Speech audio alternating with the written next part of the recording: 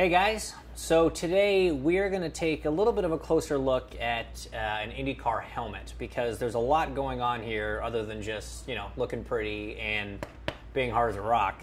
And some of the safety elements that are part of this helmet you guys don't see, and I think it's pretty cool and something I wanted to share with you. So right off the bat, the shell of the helmet is a carbon material that's incredibly strong and also is very resistant to abrasion in case we ever flip over and there's some sort of grinding against concrete, which is never something you want, but something you got to prepare for.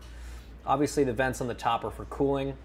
At the back on the sides here are two clips. You see all the drivers have to wear the Hans device, the head and neck system that was designed and implemented mandatory in the early 2000s and has saved countless number of drivers. You see the big carbon piece that we wear, kind of a collar-looking thing. It actually connects to these two anchors, which are factory installed from the helmet manufacturer.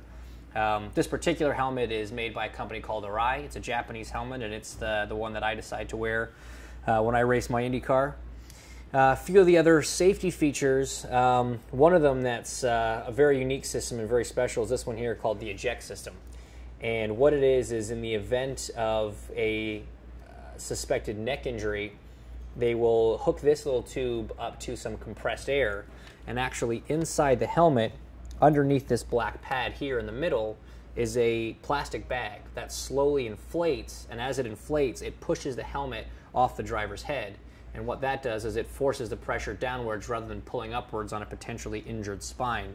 So that's something that's a little bit different, and luckily something that we haven't had to use a lot. In the event that you do have to get a driver's helmet off, Arai make their helmets with these two yellow pull tabs here. And what these do is if you need to, you give these a good yank and the cheek pads immediately come out. And that makes it much easier for the safety workers to get the driver's helmet off. One of the big adjustments for 2014 is the addition of this strip that sits on top of the visor. Now this strip is made out of a very tough material called Xylon.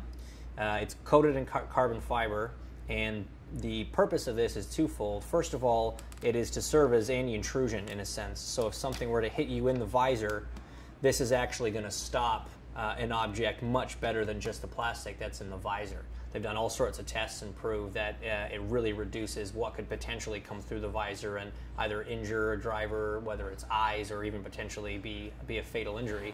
The other side is if the visor does get hit, being just a plastic material, there is a risk of it popping open because it is obviously round and it's being secured at the sides. So this helps secure that in the event that something does manage to actually hit the visor itself.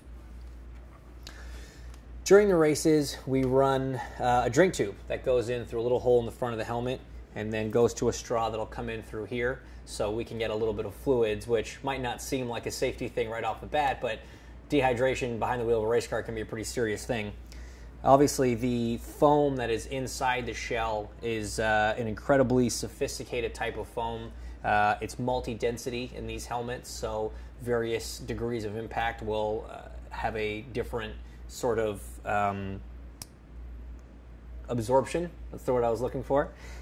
So there's a lot of science and research has gone into how to make the foam crush to best protect the driver's head and brain, obviously, in an incident.